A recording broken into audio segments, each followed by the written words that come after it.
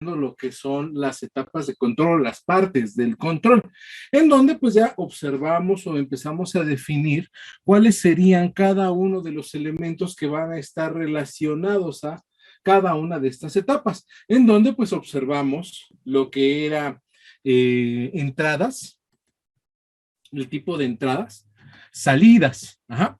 Y pues obviamente todavía nos faltó lo que era en la parte de proceso, ¿ok? En la parte de proceso es algo, es una definición un poquito más sencilla de lo que nosotros creemos, aunque realmente al llevarlo a la práctica, pues va a ser un poquito más complicado. Ajá. Entonces, la parte de proceso está relacionada a el tipo de configuración, cómo vamos a colocar cada una de nuestras entradas para que éstas cumplan las condiciones para poder activar una salida. Y esto nos referimos un poquito más a lo que es circuitos eléctricos, en donde si nosotros recordamos, nosotros tenemos tres configuraciones básicas para cada uno de nuestros circuitos, en donde pues sabemos, la configuración sería serie, paralelo y mixto,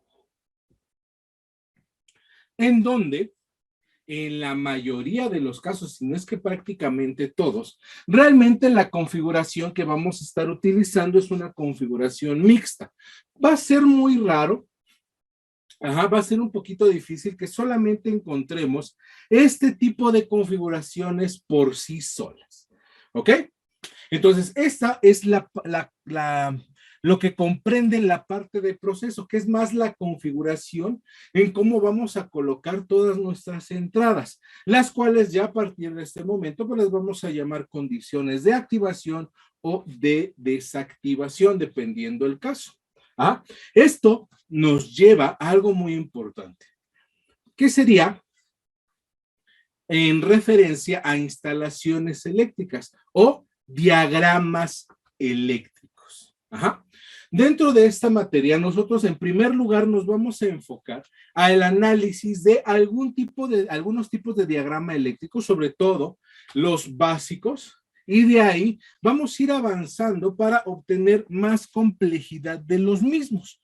Pero obviamente esto nos lleva a algo muy importante. ¿Cuántos tipos de diagrama eléctrico vamos a encontrar dentro de los diferentes casos a nivel industrial? Bueno, si ustedes recuerdan, mencionamos que íbamos a estar utilizando simbología eléctrica, tanto americana como europea. ¿Ok? Entonces, por ahí vamos a empezar. Los diagramas eléctricos que vamos a utilizar o que vamos a observar son diagramas de tipo americano y tipo europeo. La mayoría de los que vamos a realizar van a estar normalizados. Obviamente, poco a poco les vamos a ir explicando tanto estructura, definiciones y el por qué van a estar normalizados, ¿ok? Y cómo vamos a estar cumpliendo con esas partes de la norma. Ajá. Pero también vamos a estar utilizando un diagrama extra, que sería diagrama lógico. Este diagrama lógico es muy parecido a la interpretación de compuertas lógicas, and or, ¿ok? Pero poco a poco vamos a ir avanzando. En esta primera ocasión, vamos a empezar con el diagrama más básico, ¿ok? Que sería arranque y paro. Y aquí voy a hacer una pequeña nota más. Si ustedes recuerdan, habíamos mencionado que durante las clases vamos a estar realizando diferentes actividades, diferentes ejercicios, los cuales nos van a apoyar para actividades en casa, que es lo que vamos a estar evaluando durante esta materia o este curso. Bueno, con estos primeros ejercicios ya vamos a especificar cómo va a ser la evaluación. Yo en esta ocasión voy a realizar un primer ejercicio en una modalidad. En esta primera ocasión va a ser sistema americano. Ajá. Y más adelante, cuando termine yo de explicar tanto cómo es sistema americano como el sistema europeo, ustedes van a realizar el mismo ejercicio, pero en la versión que no hicimos en clase.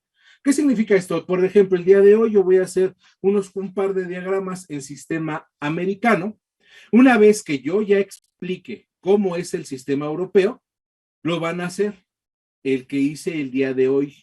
¿Ok? La siguiente clase o las siguientes clases yo voy a hacer un sistema europeo. En clase ustedes lo van a hacer en sistema americano y sistema lógico, pero eso es hasta que yo ya haya especificado por lo menos la estructura base de cómo se va a realizar o se van a realizar estos diagramas. No sé si me dé a entender, jóvenes. Sí, profesor. Sí, profe. Les repito, hoy no va a haber tarea, pero sí vamos a empezar yo ya con las estructuras de dichos diagramas. Sí, pues vamos a empezar con el más sencillo, el que más o menos ya podríamos conocer y hoy hemos manejado de alguna manera, que es el sistema americano, ¿ok? Para este ejercicio vamos a realizar un arranque y paro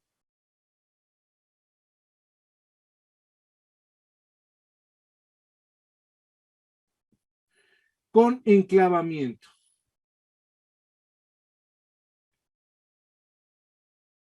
Ajá.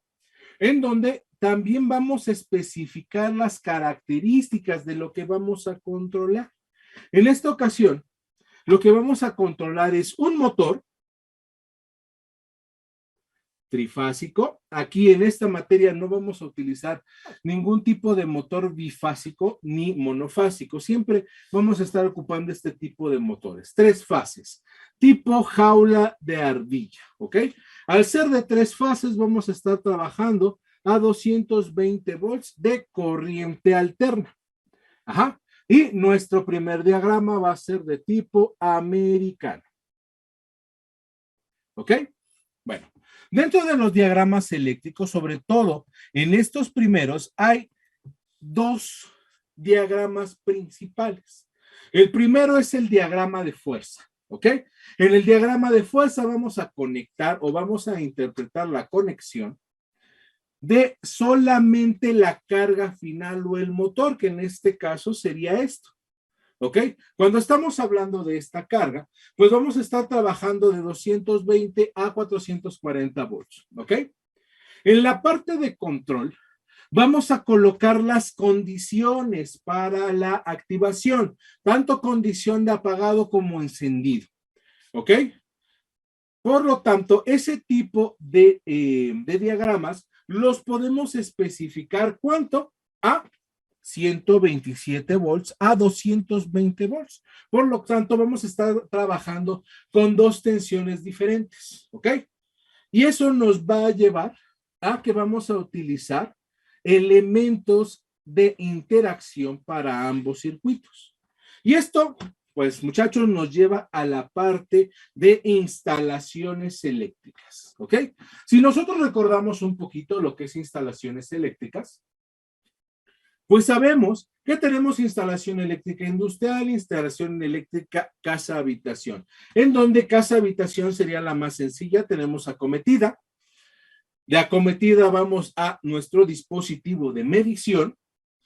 De ahí vamos a elementos de seguridad primaria, cuchillas con fusible.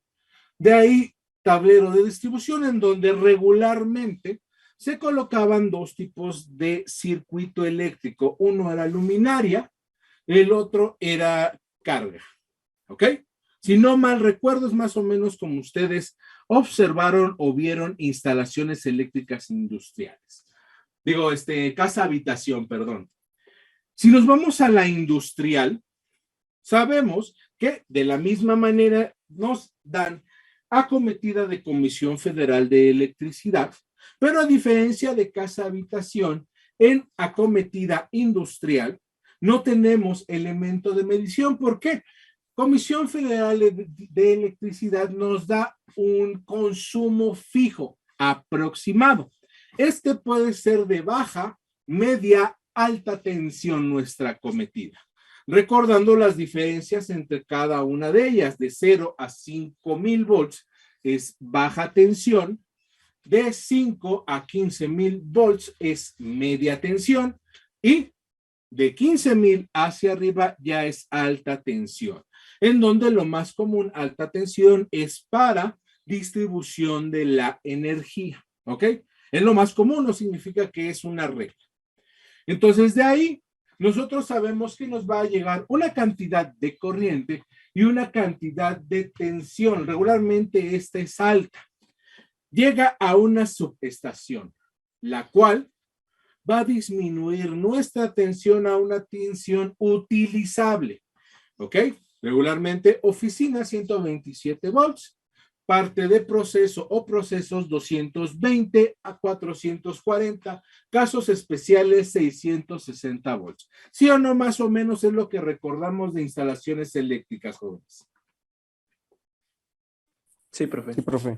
¿No? En cada ala, después de la subestación, pues vamos a tener tableros de distribución, los cuales nos van a alimentar a nuestras diferentes cargas, motores, parte del proceso. ¿Ok?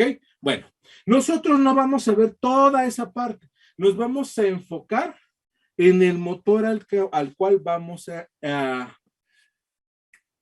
a controlar, ¿ok? El cual nosotros vamos a encargarnos de que encienda y apague, que haga su respectiva misión, digámoslo así, ¿ok? Pero eso no significa que no debemos de seguir ciertas reglas, ¿ok? Entonces, para instalaciones eléctricas o para un sistema americano, debemos de recordar que la edición o la propuesta de este diagrama debe de cumplir ciertas reglas. La primera es que todo bus va a ir de izquierda a derecha. Si necesitamos más bus de activación, va a ir de arriba hacia abajo. Y vamos a cumplir dicha regla, ¿ok? Entonces, lo primero que regularmente colocamos es nuestro neutro. Aquí en esta ocasión lo vamos a dejar nada más marcado, no lo vamos a colocar todavía, o no vamos a colocar el bus. Después, al ser trifásico, nuestra línea 1, recordando, todo el bus debería de correr de aquí a acá, no lo vamos a marcar.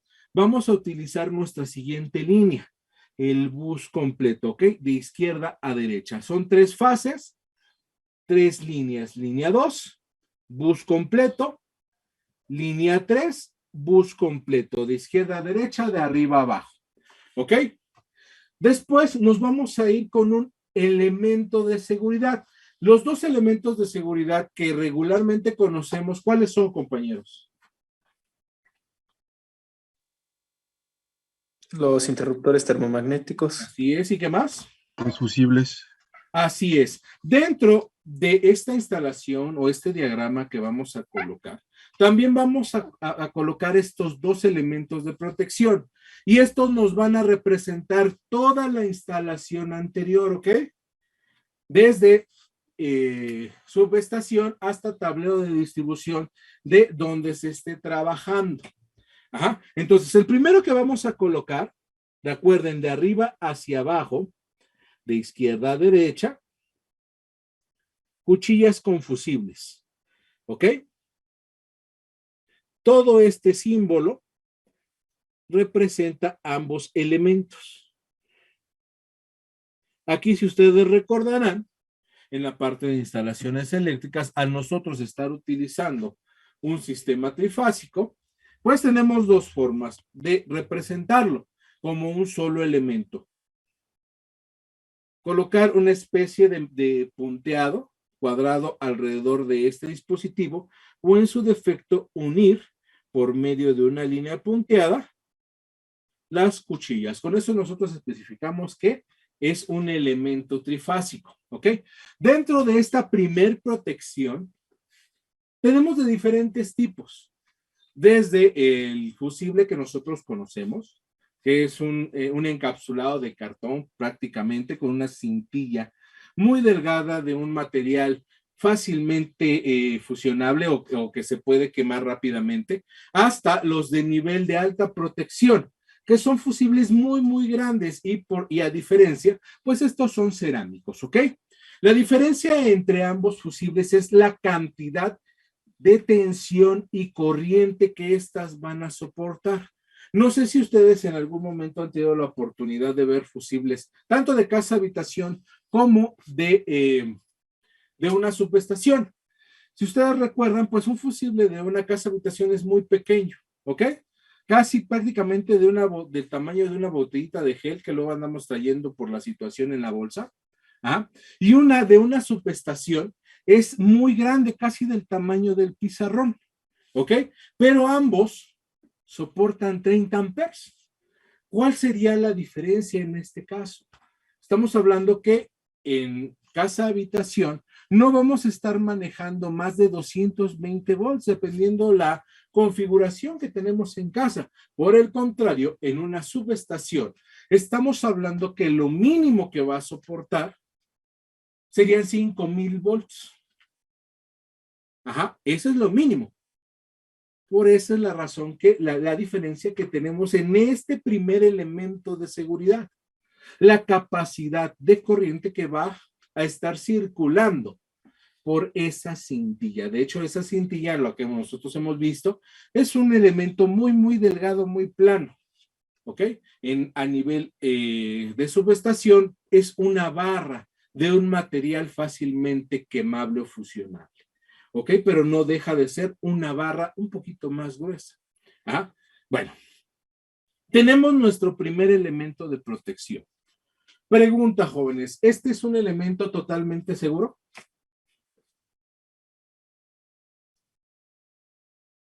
No. No, ¿verdad? ¿Por qué? Dentro de un cortocircuito, nosotros sabemos que puede llegar a existir un fenómeno eléctrico que ustedes conocen, ¿ok? Para ayudarles a recordar cuál es ese fenómeno, si alguno de ustedes ha tenido la oportunidad de entrar a una subestación, ¿qué es lo primero que nos dicen para entrar? Jóvenes, si vamos a entrar, debemos de procurar tener un calzado dieléctrico. Este calzado nos permite aislarnos o no permite el paso de corriente eléctrica por él. Y la segunda observación que siempre nos hacen es no levanten la mano. ¿Por qué, jóvenes? ¿Qué fenómeno se podría presentar y cuál es la razón de que se presente ese fenómeno? El arco eléctrico. Así es. ¿Por qué se presenta, jóvenes? Por la conducción de electricidad por medio del aire. Exactamente. Esa es una de las razones. Sabemos que nosotros quisiéramos que nuestro ambiente fuera totalmente limpio, pero eso no es cierto. Tiene partículas de carbón, sobre todo en la ciudad, ¿ok? Y nosotros sabemos que para que exista una conducción de corriente, debe de ser un circuito cerrado, ¿verdad? En donde tengamos entrada de corriente y una salida. ¿Ah? Puede ser de dos formas esta salida. Una, mediante la misma salida de la fuente de alimentación o en su defecto una tierra física. ¿Ok?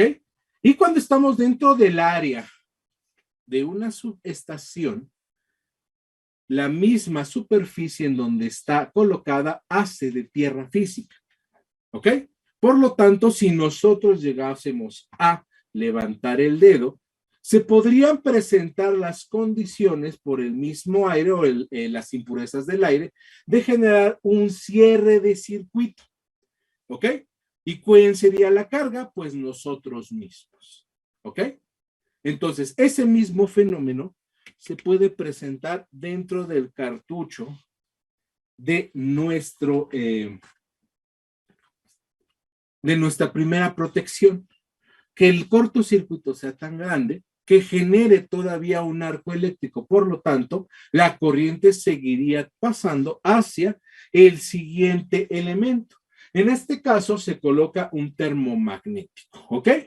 Que es una siguiente protección. ¿Alguno de ustedes recuerda cómo funciona un interruptor termomagnético? Pues son dos formas de que haga la interrupción. Una es cuando la temperatura sube más de lo que puede soportar y la otra es cuando la corriente es más de la que puede soportar. Así es. Pero básicamente funciona de la misma manera. Y dijo su compañero algo muy importante. Es cierto, funciona por medio del calor. ¿Ok? Por eso es un interruptor termomagnético. Ajá. Internamente, un interruptor termomagnético tiene dos elementos, ajá, conductores, obviamente, de calor. Nosotros sabemos que un metal, cuando se calienta, tiende a ¿qué? A deformarse, ¿ok? Internamente, un termo tiene una especie de termopar, el cual al registrar la elevación de temperatura, el material de dicho termopar se va a deformar. Al ser un termopar, implica que son dos materiales diferentes, por lo tanto, la deformación va a ser diferente, ¿ok? Uno se va a deformar un poquito más que el otro, pero ahí es a donde consiste la protección del termopar, digo, del termomagnético. Aquí, si ustedes observan, no sé si se alcanza a ver, ¿sí lo alcanzan a ver, muchachos? Sí, Este profe. de aquí, profe. la parte Profe. gris es nuestro termopar. Ajá. La parte de arriba es el interruptor. Cerrado, abierto, paso de corriente. Cuando se registra el cambio de temperatura, este de aquí va a cambiar su posición. Aquí lo voy a hacer manualmente. ¿Ok? Inmediatamente mueve la conexión existente, deshabilitando, perdón, nuestro interruptor. ¿Ok? Lo regresamos a su posición original, vuelve a trabajar. Si persiste el problema, volvemos a cambiar. Obviamente, les repito, yo aquí lo estoy haciendo manual. Ajá. Elevación de temperatura. Estos dos se van a deformar de manera diferente, disparando nuestra protección. Es así como funciona un termomagnético, jóvenes, para que les quede un poquito más claro. ¿Ok? Una vez que ya tenemos nuestras dos protecciones, nos vamos a ir a la parte de control y vamos a colocar este símbolo que representa el contacto de un relevador. ¿Qué es un relevador? Pues ya sabemos que es un elemento el cual nos sirve como interruptor. En esta ocasión,